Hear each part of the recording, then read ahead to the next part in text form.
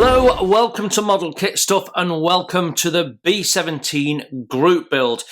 This is my update number 2. We're going to be talking about lots of things today because I am now underway on my build as of sort of last weekend when I finished the build that I was working on, so that freed me up for a bit of time on this. So what I want to do is start by talking about my process building the Airfix kit, which is this one here, the Flying Fortress G. I think you all know what I'm building, and many of you are building the same kit. So I thought I'd talk about my approach to building, what I'm intending to do. Everything I've done so far is in here. So I'll show you where I'm up to. Then I think we're going to talk about paints because that came up in the chat and one or two people have been asking me. So we're going to go through the paints that I'm planning to use and why I'm planning to use them. So I'll give you an idea of where I'm going to be with the build. So I am currently up to this point here. I'm about to start step 28 in terms of cleaning up parts, and all I am actually doing is cleaning them up and getting them ready for being used. So my general plan, if I take this out, you can see my general plan is that all I'm going to do is clean up the parts for now until I get to, let me show you in the instructions, until I get to the completion of step 45, because when you go to step 46 we're building this turret that has to be installed on the inside, and I want to stop at that point and say, right, I've done all the interior parts. Then I'm going to have a look at the turrets and the rear turret and stuff, and all of the turrets as a sort of separate step, if you like, before we put fuselages together. So my plan is that we clean up all the parts. There's a lot of common colours amongst these parts. Then we'll paint everything, and then we'll go back to step 1 and assemble. That's my general way that I'm going to work. So I won't going to be putting any paint down until my first 45 steps of the build have had all the parts cleaned up and we're ready to go. And there's quite a lot of parts in there. There's some decals that we need to do and some detail painting and bits and pieces. So that's my general plan. So far I haven't come across any real issues. The parts are cleaning up nicely. There's nothing to watch out for particularly. One or two of the parts that I've got, I've had quite a bit of seam on because my mould on one of my sprues seemed to have slipped a little bit, and there was a step in everything, but I've been able to sort that out quite satisfactorily. So I'm happy that I've managed to do what I need to do. So let's see.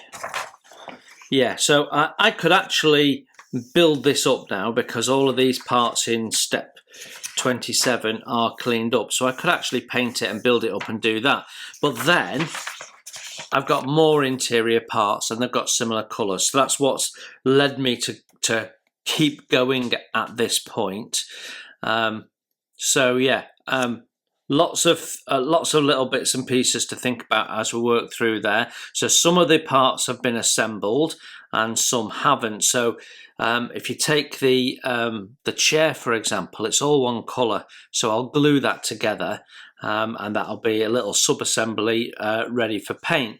But then when you come to do these boxes, they're all black, and our bulkhead is in aluminium, so they'll get painted individually, ready to be mounted on separately. So and I'll show you all of that as we go through the build in the build diaries. So I've started filming for the build diaries. Obviously, cleanup of parts, I'm not showing a lot of that. I'm just showing the basic bits and some of the steps we're going through. But I'm happy that so far I've not come across any issues. I'm test fitting everything as I go, making sure that everything comes together nicely, and that any sanding and stuff that needs to be done to make the parts fit is being done before we paint. So when I come to paint, I should be able to just power through that. Now, we're mentioning paint quite a bit, and I think that's the big next topic, so let's talk about that. First thing I want to say is that I'm going to be airbrushing this as much as possible. I have 2 new airbrushes that I want to play with, and I have a plan to do a series of videos on getting people from having never used an airbrush before to feeling competent in an airbrush. And we're going to go through everything from selecting your airbrush to selecting your compressor, and all of that sort of stuff, to how to use it, how to resolve issues, and get you up to a point where you can mix your paint, put it in the airbrush, and be confident that whatever happens, you can handle it. That's what I plan to do, and some of this build will lend itself to some of those videos, tutorials, and bits and pieces that will fit into there. So I'm going to be doing as much airbrushing as I can, and with different airbrushes.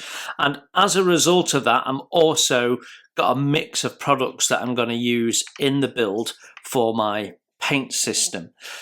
But also I'm trying a new paint system out, and I'm doing different things for interior than I'm doing for exterior. So let's crack on with the paint. So what I did first is I took the list of paints on the box that Humbrol have, and I have a spreadsheet where I can cross-reference. I've built it up over a few years now, and it's based on the Humbrol range. So I have my Humbrol colours down one column, and then I have a list of how many of each of those colours I've got in stock, and whether they're acrylic or whether they're enamel. And then I have a cross-reference to another paint brand and its colour, and whether I've got that in stock or not. So if, for example, number 11 here, which is silver, I'll know if I've got it in Humbrol acrylic, I've got it in Humbrol enamel. I'll also know if I've got the equivalent in Vallejo, in MIG, in ICM, in Tamiya, and whether I've got them or not. So that what it allows me to do is it allows me to quickly select paints and not have to trawl through all my paints and try and find a match. Although in this instance, I've had to do a little bit of that as well.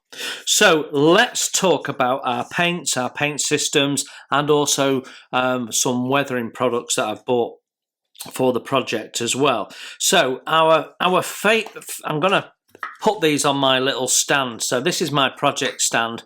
It's a Tamiya paint stand. It's a rotating carousel basically, and all my paints for this project will go on there, and they'll stay on there until the project's finished, and that will give me quick access to everything. I'm not putting things away and having to hunt for them again. I know they're on the carousel, and when I'm not working on this project, when I'm working on Scharnhorst, I can move this off the desk out of the way into my back area of my desk, which isn't the usable part, and it can wait for the next time I'm on the project. So that works nicely. So as we go through these, I'm going to put them on here anyway. So number 11 is silver, and that is the main colour called out for the exterior of the aircraft. So if we have a look at the paint instructions, I thought they were on the back of the instructions, but it's a separate sheet. Just hang fire. So this is the paint sheet for my chosen build, and it's saying that all the bare metal surfaces should be Humbrol 11, and I've got to be honest with you, I don't think Humbrol 11 is going to work particularly well as a metal bare metal finish. It's the paint itself, the metal flecks in it are too large. We need something more sophisticated for that. And so I decided, because I've got on quite well with the varnish, I've decided that I'm going to go with the A-stand paint range. So they are lacquer paints. Now, I don't usually use lacquers because they are a bit whiffy, and actually the A-stand ones aren't bad. They really are not. The smell is nowhere near as potent as the Tamiya lacquers, for example. So I was pleasantly surprised, but we're getting to that point, that time in the year where I can swing the doors open and ventilate a little bit as I do these things. So yeah, so what I've got is High Shine Plus Aluminium. Now, I ordered this direct from MIG with some other A-stand products, and they didn't have some of the other aluminiums in that I wanted. So I am going to get another aluminium to go with it, because I want to do some different panels and I want to have a play beforehand to see what works. So yeah, so my number 11 is A-stand metallic lacquer High Shine Plus aluminium, which is MIG 2324. So that's what I'm going to do for silver. Now, if there's parts in the aircraft that are aluminium, we're going to do that differently, and we'll come to that in a second. So this is just for the bare metal finish on the aircraft. Okay, so then we've got trainer yellow, and again, this is being called out for this. So for the tail areas and what have you. So I'm a bit concerned about the colour of 24. So I've got it here in enamel, and I'm not sure if it's going to be just a touch too dark. So I do have another option, which is the Tamiya mixing yellow. This again is a lacquer paint, and it's, as you can see, it's more vibrant, and I think that might just work better than the 24. I'm not sure. It could be that I need to put a touch of brown in this and just darken it a little bit. So again, something I need to have a play with and decide what I'm happy with. So it'll either be one of these or one of these mixed with something to get the colour I want. This I think might be a shade too dark, so it could be that we just need to add another yellow to it to brighten it up, but I haven't got any brighter yellows in enamel. Or it may be that we've got to darken this down, and I've got some other lacquer paints that we could put a touch in to darken it down. So yeah, to be decided on the yellow, to be honest. Then we've got dark earth, and I think that must be used in the interior, so it's not a major colour. So that's Humbrol 29. I've got a couple of tins, about 3 tins of this in enamel, so we might as well use that. The enamel paints go down really, really well, so we'll be using that, and that allows me to have a brush or airbrush, because it's just a flexible paint system. Then we've got black, and again I've got options here. I can use matte 33, which is what the instructions call for, because I've got that in enamel, but I've also got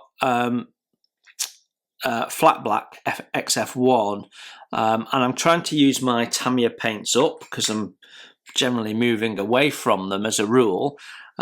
So it could be that we end up using that just because I want to use it up. So yeah, that's my options with black, but also if I want to show two different types of matte blacks, that could be handy as well.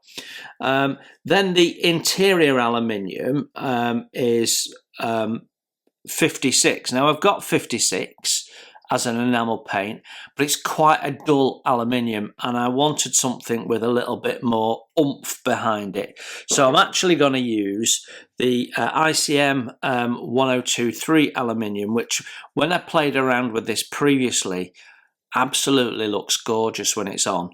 It actually looks better on and dried than it does in the bottle, which is interesting. So yeah, it dries really nicely. So I'm thinking of that again. We can airbrush that, but we've got areas in the interior of the aircraft that are going to need aluminium. So we're going to have a mess around with airbrushing that and putting that down. So that's my 56 alternative. If we and we might, I don't know if it performs well, we might even look at using it on some panels on the exterior, but I'm not sure about that yet. But yeah, there we go. So put that on my carousel. Then we've got coal black, and again I've got two options for this. So I have this in acrylic, which is obviously it's a satin 85 coal black. It's not a very nice paint to work with in acrylic. It has a strange opacity to it. So it depends on what it is we're painting. You know, if it's just some boxes, then possibly I won't bother, and I'll use this, which is semi-gloss black X18. So that's my other option. So if I'm gonna end up airbrushing, I'm probably going to use this because the Tamiya paints perform quite well in the airbrush. So I don't know yet. I don't know, but I've given myself the options. Okay, so then we've got natural wood. Now, these are again internal parts, and you're not going to see too clearly because your openings are fairly small, but things like this area here, you're not going to see much of it. So I'm not going to be doing wood graining on a 172 aircraft with windows that are that big. Just not going to bother. It's not worth the effort.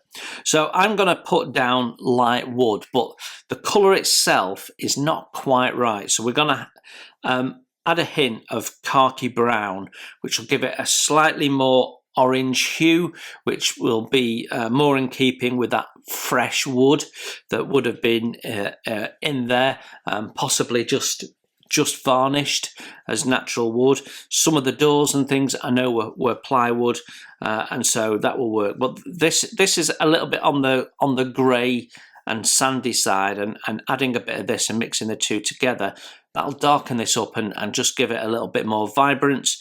So that's my thought with the wood. So that is MiG 0088 and MiG 0038 that we will mix for our woods. I like the wood colours in the MiG acrylics. Okay, then we've got Humbrol 125 US Dark Grey, which I have here. Again, I've got 3 pots of this in enamel for various reasons. So I want to use some of that up, and again, if it's just small components, I can brush this really, really nicely. So that is what we're going to do with that one. So we'll stick with what was suggested. Then 155, that's the olive drab, and again, that's an exterior paint. So it's for these areas here. So it's basically the anti-dazzle areas for the pilots to stop the sunlight bouncing off the bare metal finish and blinding them. So yeah, it's also used on the bombs, which gives us a colour variation from the interior green. So that's really good. So I'm going to use a different paint system again for that. And again, it's acrylic. And this is Life Colour US Army Olive Drab UA220. And it's a really nice olive colour. Now, I have 5 or 6 Life Colour olive drabs, and that's why I've chosen this one, because I've got some faded ones as well, and I can mix colours to get it where I want. So right now that might be just perfect as it is for the bombs, but I might want to make it a little paler for the outside surfaces, because they're exposed to UV light, and that might make it paler, and it'll just give us a little bit more variation across the model. So that's why I've gone with that, because I've got the ability to change the colour as much as I like, which I think is going to be handy to me. It's the only reason I'm choosing the Life Colour range. It's not because they do the best olive drabs or anything, but again, it's another system to play around with, so that'll be fun. So we'll put that to there, and then we've got the dark green, and that's the one I've struggled with the most. So 195, that's our interior colour, and I didn't have 195, and I didn't have any of my alternatives. So let's just talk about the alternatives to 195. So on my paint reference chart, it tells me, apologies, it's hailstoning right now, so if you can hear that, I do apologise. We'll try and edit out the background noise. But the Vallejo match for 195 is 7975, and I didn't have that in stock. And my paint reference chart tells me, and my paint reference chart has been built from other paint reference charts, and I've put them all together. So that tells me that my other alternative would be Tamiya XF11. Although somebody in the chat last week was saying they thought XF16 was a good match, but officially XF11 is your match to 195.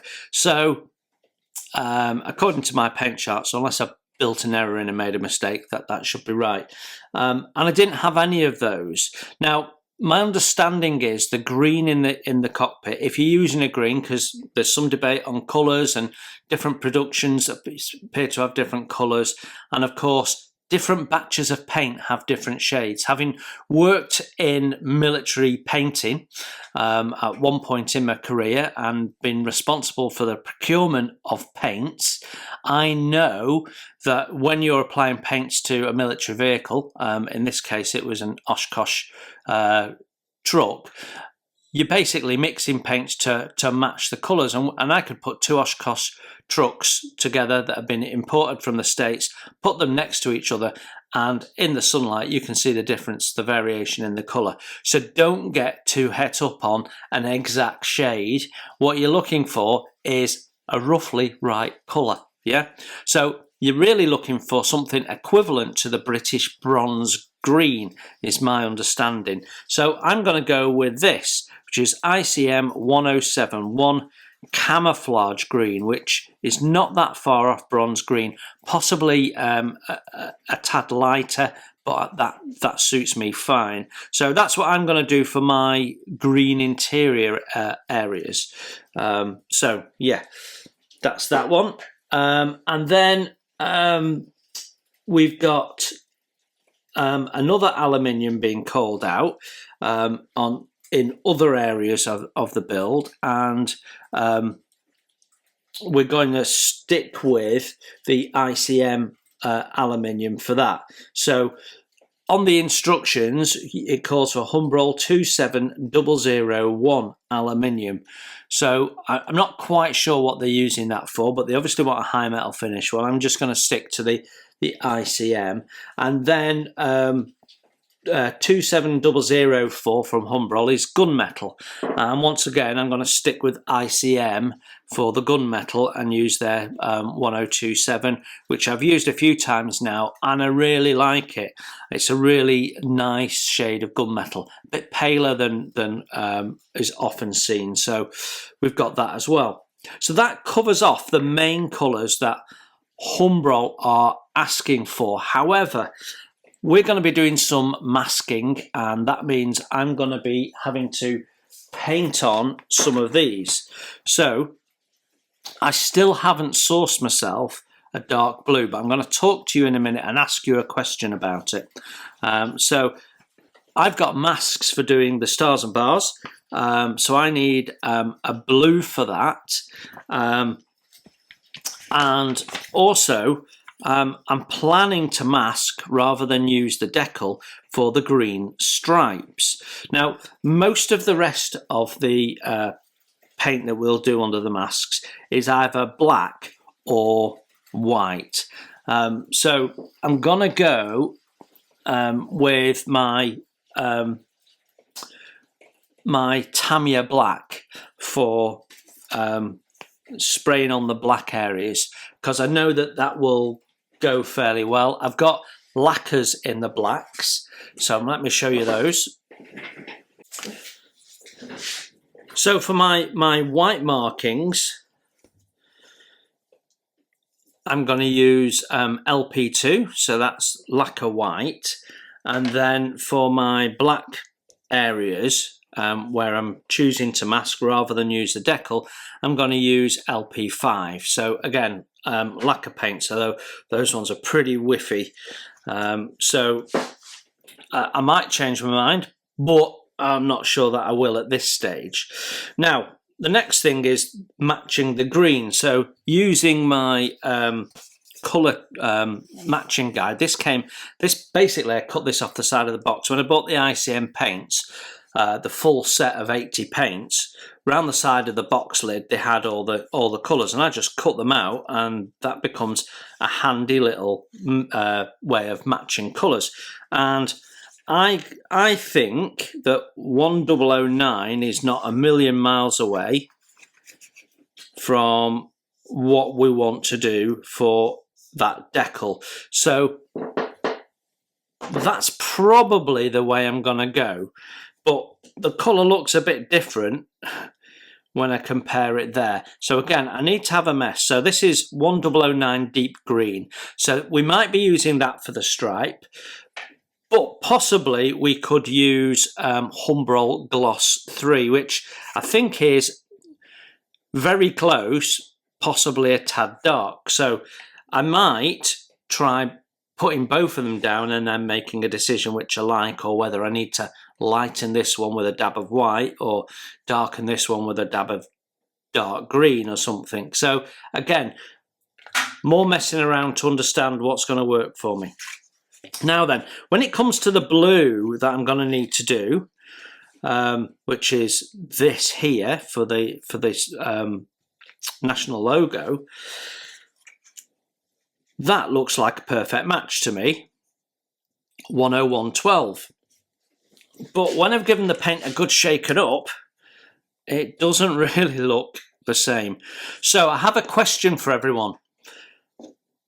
If anyone's got experience of painting that blue for the US national markings, what paint would you recommend to get a very close match? Because I'm not convinced that's gonna do it. Now, I've only given it a shake, and I'd give it a proper mix, and I might want to put it down and see how it dries, but it's definitely nothing like that, and I don't want it too light. I want it nice and dark on that metal.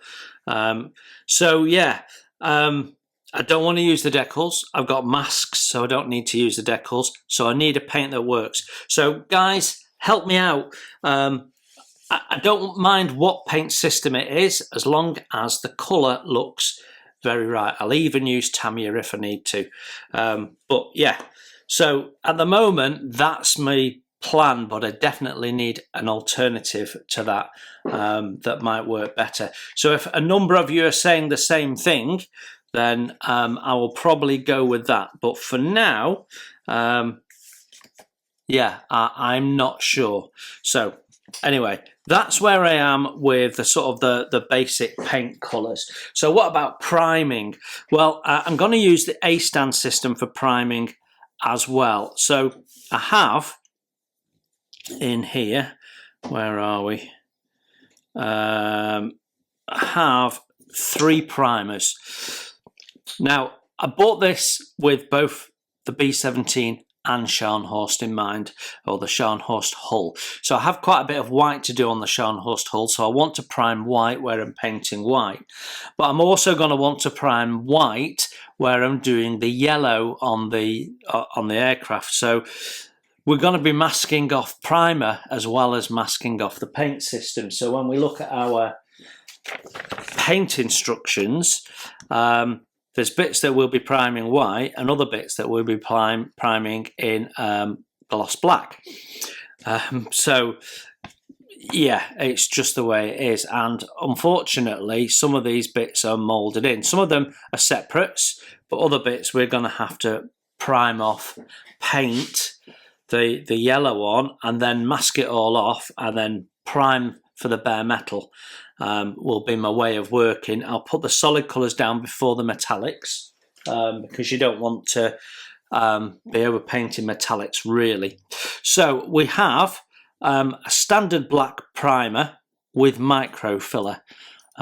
Basically means it's a little bit grainy effectively, and we can use that on the interior parts and maybe the tyres and things like that. Just be careful when you're black priming, because it does darken all of your colours. It darkens all the hues. So if you've got a nice, bright, vibrant, and you put it on a black, that vibrancy is going to come down a little bit. But we're going to experiment, because what we might do is we might put an acrylic metallic down first, and then put this on top and just see how it behaves. So yeah, so that's my main non-metallic primer. So we're going to use that. Then I've got the gloss black base primer for the fuselage, the wings, the metallized areas. So that should be nice, and you know, these are straight to airbrush, so should be nice and easy to use. And then I've got the white primer again with microfiller. So this again will be a little bit more coarse. This will be smoother. And we'll use that for our, as I've just said, for our yellow bits and pieces. So we won't have to use too much of this. So I should have plenty left for Scharnhorst, which will be good. And then in terms of varnish, I'll be using the Aqua Gloss Clear. It's not a very shiny gloss varnish, which means that I can basically put that down and use it as a gloss coat for things like decals and stuff like that, and then I can go over it again with a different varnish for a different effect. So if I want it to be satin or matte or gloss, I can go over it again. And like with all glosses, the more coats you put down, the glossier it gets. So we've got that as well, but also there is another gloss coat we'll be using. Let me show you that. So I may be using this. Now, I did there's a video on this somewhere in my videos. We had a look at this compared to ordinary Vallejo PU acrylic varnish, and didn't see much difference, even when we'd black basted and put the metallic down. So didn't see much difference. There's a very, very, very, very slight yellow hue to it. So if you're looking for sort of an oily metal finish, it's quite nice. I'm going to have a play with this and see how this affects my A-stand paints, and see which comes out the best for the final top coat when everything's done. This will go over everything. This in theory is a metal varnish, but it's a gloss varnish, but so we should be able to put it over everything as well. So not sure. They're both acrylic, and that's what we want, because that acrylic is going to allow us to do our weathering, and that's the next thing that we need to consider. So I've bought this little pack. So these are enamel panel line washes. You get 3 different colours in here, aimed at metallic aircraft and jet. So I didn't realise a jet wasn't an aeroplane, but apparently not. So we've got 3 colours in there. So I'll just show you what they are. They're all from MIG. So we've got a deep grey, and give it a good agitate and you'll get a better idea of it. It's sort of a dirty brown grey, so quite good in areas of heavy soiling, so around the engine exhausts and stuff like that on the wings where you get the trail, you might want to use that. Then we've got this deep brown, so again quite good in the heavy areas, some of your like round the wheels and that sort of stuff. It might be quite good for landing gear and bits and pieces like that. And it should also pick out some of those areas that are heavy used. So if you've got like around the edges of things that open and so on. And then we've got this blue black, which is great for really dark shadow. So yeah, again, I want to have a play and see how they react. This one, because it's the blue black colour, is probably the main one that we'll use for highlighting the panel lines generally, and then we'll use this more localized for different tasks, is how I imagine it's going to play out. But that's this set here, so you could get any or all of these. You can buy them individually, but you do save a little bit of money if you buy them in the pack of 3. And because I wasn't sure which ones I would end up going with, I got all of them. So yeah, there you go. So that'll be my main weathering colours. I may well use others. You just don't know until the build unfolds. So there you have it. That is where I am with paints for my build. Now hopefully when in the next update we'll have got some building done, although it's my daughter's birthday this weekend. She was 18 yesterday, and I'm not sure how much modelling, if any, I'm getting done this weekend, so we will just have to see. But there you go, that's my paints and the reasons why I'm using them. So I've got quite an eclectic mix there. It's not Tamiya all the way or anything like that. It's what suits in terms of colour matching, what I've got to hand, what I want to try, and what's going to work in different areas. So we've got all sorts of stuff going on there, and we may well add 1 or 2 into that mix. So sometimes when I'm painting, I think, you know what, I've got this sea of black boxes and they all look uniform. It doesn't look right. I like to put a bit of variation in to make it look a little bit more natural. So we might add some other colours and bits and pieces as we go. So the only other thing that I want to mention is I will be trying another new product if I've got any gap filling to do, and that's this CA glue filler from VMS. So basically it's powder, and you put a puff of it into a drop of CA glue and it becomes like a thin putty to thicken up your super glue and help with its gap filling. So we're having a play with that if we need to, but you know, it's possible that we won't. Don't know. But yeah, there you go. That's what we're going to be doing. I'm also going to be trialing 2 new airbrushes, so I'll quickly show you those.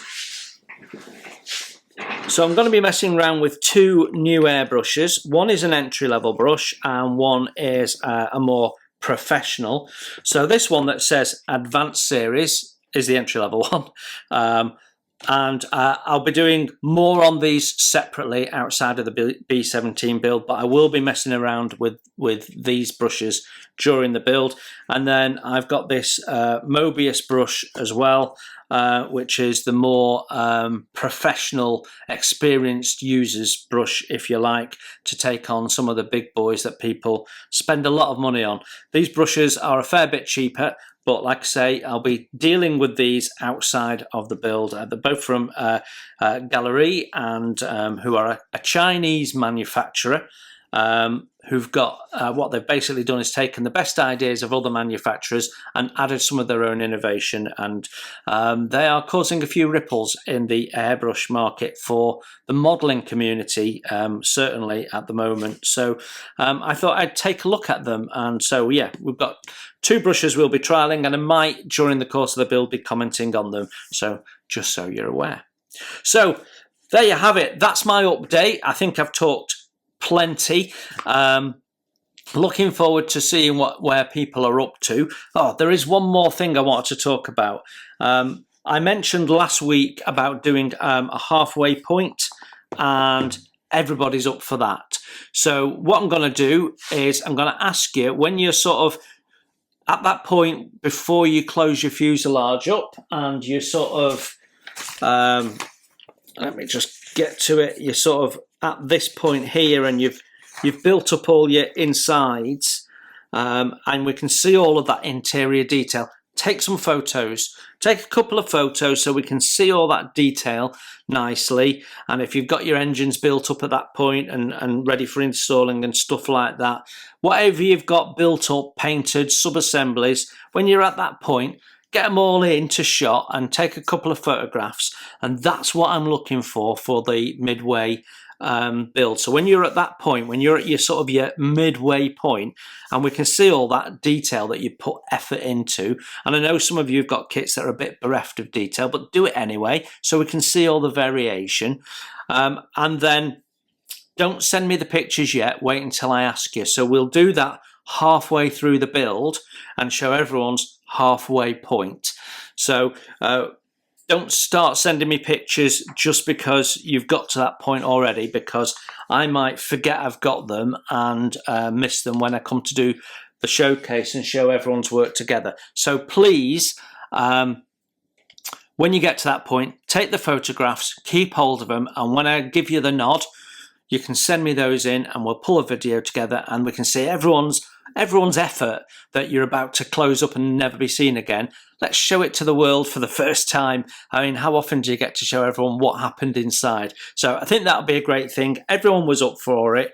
So yeah, so the only thing left to say is thank you very much for joining the group build. I've been blown away by how many people have got involved. If you can help me out on this blue, that would be perfect. And until then, I will see you next week when we've got lots more happening, and we should be finishing off the Beaufort build as well. You enjoy your modelling, you enjoy your B-17s, and I'll see you very soon. Bye for now.